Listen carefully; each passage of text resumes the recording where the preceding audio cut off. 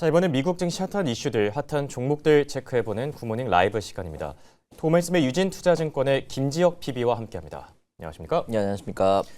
미국 증시가 방향성을 조금 잃은 듯합니다. 엔비디아의 호실적에도 불구하고 이렇게 주가가 좀 속절없이 밀려나고 있는데 한 줄 평 먼저 남겨주실까요? 한 줄 평은 엔비디아는 과연 시스코의 길을 따르는가라고 보시면 될 것 같습니다. 마이클 버리의 발언이 떠오르는 것 같은데 관련 내용들은 잠시 뒤에 조금 더 디테일하게 설명해 주실 듯 하고요. 굿모닝 라이브 이슈픽부터 바로 체크해 보도록 할게요.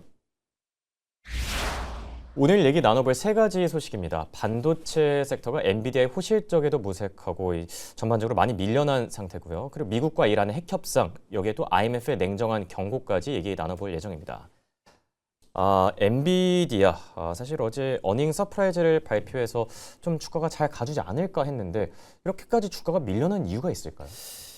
사실 지난 분기 실적에서도 굉장히 실적은 잘 나왔지만 결국 그 다음 날은 좀 빠졌었습니다. 네, 그래서 악몽이 재현되는 것 같아요. 그렇습니다. 사실 엔비디아 같은 경우는 워낙 지금 실적도 말이 안 되게 모두 잘 나왔고요. 그리고 마진율 같은 경우도 75%를 지켜낼 수 있냐라고 하는 질문에 있어서도 결국 그 응답에도 정확히 반응을 했었는데, 그렇죠. 그럼에도 불구하고 어제 빠졌던 이유 중 하나는 결국에는 최근에 있는 이 HBM의 가격 상승이 있어서 이게 향후에 과연 이 엔비디아에 있는 마진율을 지켜낼 수 있냐라고 하는 게 첫 번째 질문이었던 것 같고요. 네. 두 번째 같은 경우는 이제 실적 발표, 이제 어닝 콜을 하게 되면서 이 재고를 쌓아놓는다라는 얘기를 하고 있었습니다. 근데 사실 이게 시장 전반에는 재고를 쌓아놓는다라는 얘기는 결국 지금 이 엔비디아에 있는 GPU 칩에 대한 수요가 줄어드는 게 아니냐라는 지금 굉장히 큰 질문들은 있었지만, 저는 이거는 사실 어떤 기후라고 생각하는 이유는 엔비디아는 결국 이 AI 산업의 증진을 위해서는 결국 이 GPU에 대한 공급을 제때해야 됩니다. 그래서 그런 그 공급 사이드 측면에서 있어서 수급을 맞추는 측면에 있어서 지금 젠슨왕은 재고를 쌓아놓는다라고 얘기는 했지만, 네. 그 점을 굉장히 지금 시장에서는 AI의 어떤 버블론과 함께 좀 우려를 하고 있다라고 보시면 되겠습니다. 마이클 버리의 발언도 좀 그런 결에서 나왔다라고 보는 게 맞을까요? 맞습니다. 사실 마이클 버리 같은 경우는 워낙 한 2년 전부터 워낙 안 좋게만 보던 분이시기 때문에 최근에 팔란티어 가지고도 이제 AI 거품론을 좀 제기하지 않았습니까? 맞습니다. 근데 이게 AI라는 거는 사실 지금 산업 전반을 보게 되더라도 어떤 인터넷이 들어왔던 이 시대와 굉장히 비슷하게 지금 AI를 지금 전환기에 있다라고 보시기 때문에 사실 우리가 AI를 보게 되면 이게 어디까지 갈지는 모르지 않습니까? 그래가지고 그런 점에 있어서 지금 너무 이제 실적적으로만 바라보는 이 시장, 지금 시장에서 실적적으로만 바라보게 되면 사실 굉장히 어떤 기회를 좀 놓치는 경우도 있다라고 보시면 되겠습니다. 그렇다면 우리 증시에서도 좀 대응을 잘 해야 될 것 같은데 오늘 아무래도 반도체 기업들이 좀 불똥을 맞을 것 같기는 해요. 그런 걸 오히려 좀 매수 기회로 삼아도 괜찮을까요? 그러면? 근데 사실은 어제 오늘 장을 보게 되면 샌디스크는 또 이제 상승을 했거든요. 그래서 샌디스크 같은 경우는 HBF라고 해서 이 낸드를 쌓아 올리는 HBF를 이제 진출하겠다라고 얘기를 해서 올랐는데, 결국에는 인프라따는 지금 계속적으로 올라갈 수밖에 없고요. 결국 디램 가격이 계속적으로 올라감에 따라서 지금 같은 경우는 수혜를 보는 게 사실 우리나라에 있는 이 삼성전자나 하이닉스가 될 텐데, 결국 이거는 디램 가격이 이제 어떻게 떨어지냐에 따라, 예를 들어 4월에 있을 시진핑과 트럼프 회담에 있어서 조금 이제 중국의 디램을 사용할 수 있게 좀 열어준다거나 이렇게 되면 아무래도 그때 좀 하락이 될 것 같고요. 지금 같은 경우는 인프라단을 좀 상승을 위주로 보시면 좋지 않나라고 생각하고 있습니다. 네. 엔비디아와 관련된 소식들 첫 번째 이슈로 정리해 봤고요. 자, 방금 전에 실적을 공개한 기업들이 있어서 또 속보로 바로 체크해 보도록 할게요. 델 테크놀로지스가 실적을 발표했는데요. 시간 외 거래에서 굉장히 흐름이 좋네요. EPS와 매출이 예상보다 잘 나와주면서 시간 외 거래에서 7%까지 급등 중이고요. 그리고 서학개미들이 많이 투자하고 있는 종목 가운데 하나죠. 코어 위브도 또 실적을 발표했는데 EPS가 예상보다 낮게 나오면서 현재 시간 외 거래에서 4%까지 급락 중인 점. 그리고 로켓랩까지 실적을 공개했는데 로켓랩은 실적이 조금 애매하네요.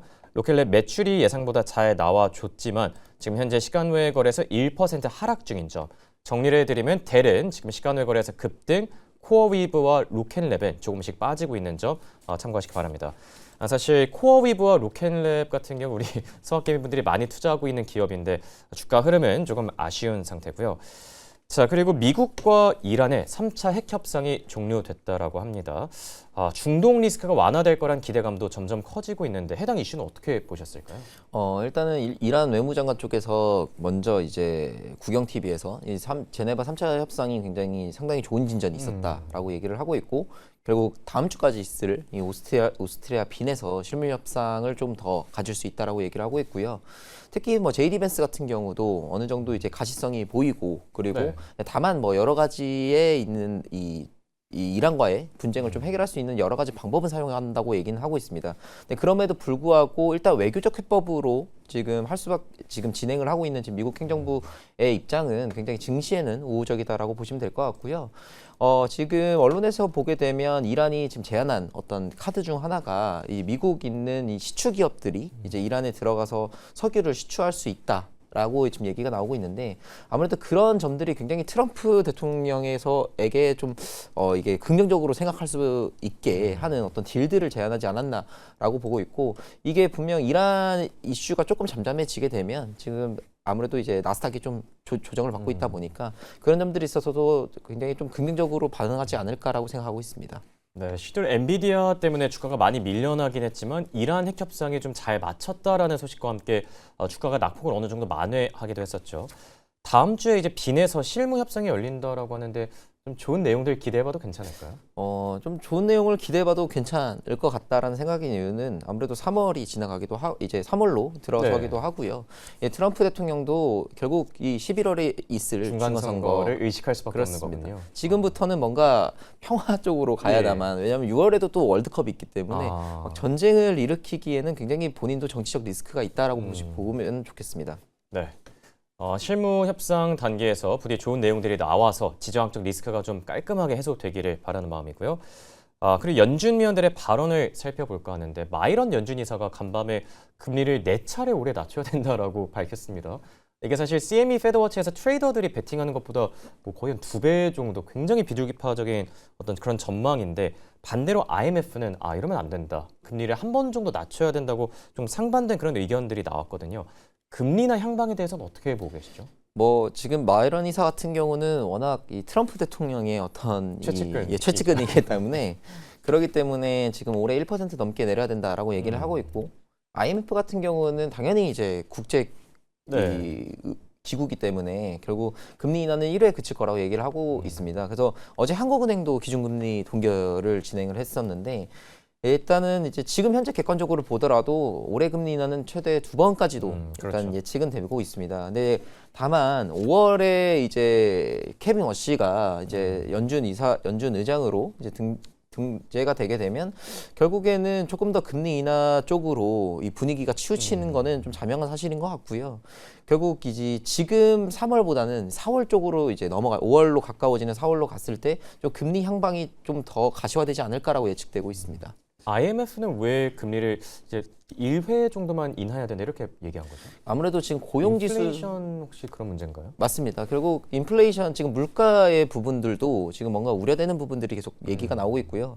관세에 따라서 지금 뭐 아마존뿐만 아니라 여러 이제 소매업체들이 지금 소비자에게 물가가 지금 전가되고 있다라는 점들도 하나의 포인트고 그뿐만 아니라 사실 고용 쪽에 있는 측면들도 지금 굉장히 견조한 모습을 보이고 있습니다. 근데 실업 지표도 간밤에 또 예상치보다 낮게 나왔더라고요. 맞습니다. 아무래도 실업수당 청구 건수도 지금 굉장히 낮게 나왔기 때문에 그렇기 때문에 굳이 지금 금리를 내려야 되나라는 포인트는 있지만 결국 어느 시점에 가게 되면 지금 AI로 인해서 지금 산업이 굉장히 재편되고 있잖아요. 그래서 그런 점들에 있어서 지금 굉장히 실업률이 올라갈 수 있다라는 보고서들도 계속 나오고 있기 때문에 그 점들을 사전에 조금 방어하는 관점에서 금리를 내리지 않을까라고 예측되고 있습니다. 네. 연준 안에서 매파적인 노이즈가 최근에 좀 많이 감지되고 있었지만 간만에 마이런 연준 이사가 이렇게 한 방에 금리나 4차례 주장으로 좀 눌러놓은 상태고요. 자, 그리고 기업단 얘기들을 조금 더 나눠볼까 하는데 첫 번째 특징주로는 엑손 엔터프라이즈 준비해 주셨습니다. 제가 알기로는 이게 테이저건 제조업체로 알고 있는데 특별한 모멘텀이 좀 있을까요?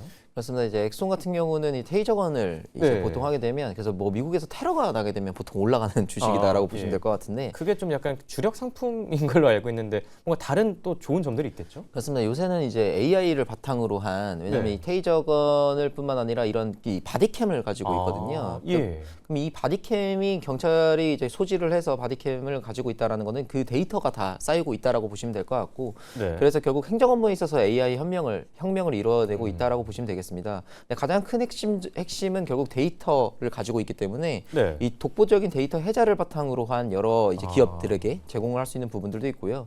결국 지금 메타뿐만 아니라 엔비디아에서도 굉장히 지금 이 엑손에 대한 관심도가 높습니다.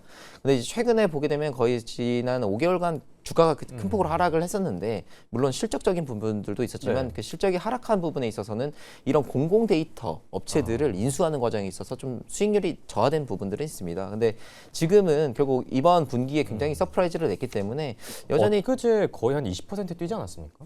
많이 올랐더라고요. 맞습니다. 그래서 어제도 20% 뛰고 오늘도 네. 거의 5% 넘게 올랐는데 그런 점들에 있어서도 아무래도 최근에 소프트웨어 업체가 굉장히 낮긴 하지만 이런 지금 원래 이제 잘하던 이 뭐 테이저건뿐만 아니라 바디캠을 잘하던 이런 부분에 있어서도 여전히 엑손모빌 지금 엑손 엔터프라이즈 같은 경우는 좀 AI 기업에 있어서 좀 괜찮은 기업이다라고 보시면 되겠습니다. 아까 엔비디아가 주목하고 있다라고 했는데 GTC에서 혹시 뭐 새로운 이벤트가 나올 그런 가능성이 있을까요? 아무래도 이 루빈이나 파인마니의 아키텍처 같은 경우는 결국 실시간 영상 분석에 굉장히 많이 쓰이고 있기 때문에 그런 점들에 있어서 지금 엑손 엔터프라이즈가 가지고 있는 바디 카메라에 있는 데이터가 굉장히 큰 의미가 가지고 있다라고 보시면 되겠습니다. 네. GTC에서 과연 주인공으로 올라설 수 있을지 엑손 엔터프라이즈 다소 생소할 수도 있긴 하겠지만 좀 지켜보는 게 좋을 듯하고요. 자, 그리고 서클이 또 대박 실적을 냈었죠. 호실적과 함께 주가가 상당히 많이 올랐습니다. 어제장 기준으로 무려 35% 급등했는데 서클의 최근 흐름은 어떻게 평가하고 계시죠? 뭐 사실 서클은 지난 뭐 7월에 상장을 해서 굉장히 뭐 $300까지도 갔다가 네. 지금 신호애락이 있는 기업이죠. 맞습니다. 아마 굉장히 국내 투자자들이 또 힘든 네. 시장을 겪었었는데 지금 같은 경우는 확실히 이제 스테이블 코인이 확장되고 있다라고 이 실적 쪽에서도 확인이 됐고요. 특히 USDC 같은 경우가 굉장히 발행이 많이 되면서 그에 따라서 당연히 수혜를 받을 수밖에 없고 지금 트럼프 행정부 같은 경우는 제도권 안착을 계속적으로 진행 중에 있습니다. 그렇죠. 뭐 물론 지금 클래리티 법안이 약간 지금 소강 상태에 있긴 하지만 결국엔 3월 1일까지도 내 이 책상에 갖다 놔라라고 얘기를 할 만큼 지금 굉장히 가상 화폐 쪽이 조금 침체돼 있지만 이거를 좀 풀어 나가는 어떤 이번 서클이 좀 그런 트리거가 됐다라고 보시면 될 것 같고요. 결국 에이전트 AI로 가게 되면 결국 이거는 로봇과 이 AI는 결국 뭐 은행 가서 계좌 개설을 하지 않잖아요. 그러면 그렇죠. 당연히 이런 블록체인화에서 이루어져야 되기 때문에 그런 점들에 있어서 이 USDC의 이 스테이블 코인의 활용성은 점점 높아질 수밖에 없다라고 보고 있습니다. 그럼 주가도 예전처럼 좀 많이 올라갈 수 있을까요? 뭐 회복 단계라고 보는 게 맞을까요? 예, 저는 지금 이제 회복 단계에 들어섰다라고 보고 있으면 좋을 이유가 결국 네. 지금 베센트 재무장관도 2조 달러까지도 이 스테이블 코인이 발행이 증가된다라고 얘기를 할 만큼 결국에는 지금 이제 발행량이 늘어나고 블록체인이 좀 가시화될수록 서클도 같이 올라갈 수밖에 없는 구조다라고 보시면 되겠습니다. 네. 이렇게 서클과 엑손 엔터프라이즈까지 자세하게 투자 의견들 들어봤습니다. 지금까지 도움말씀의 유진투자증권의 김지혁 PB와 함께했습니다. 네, 고맙습니다.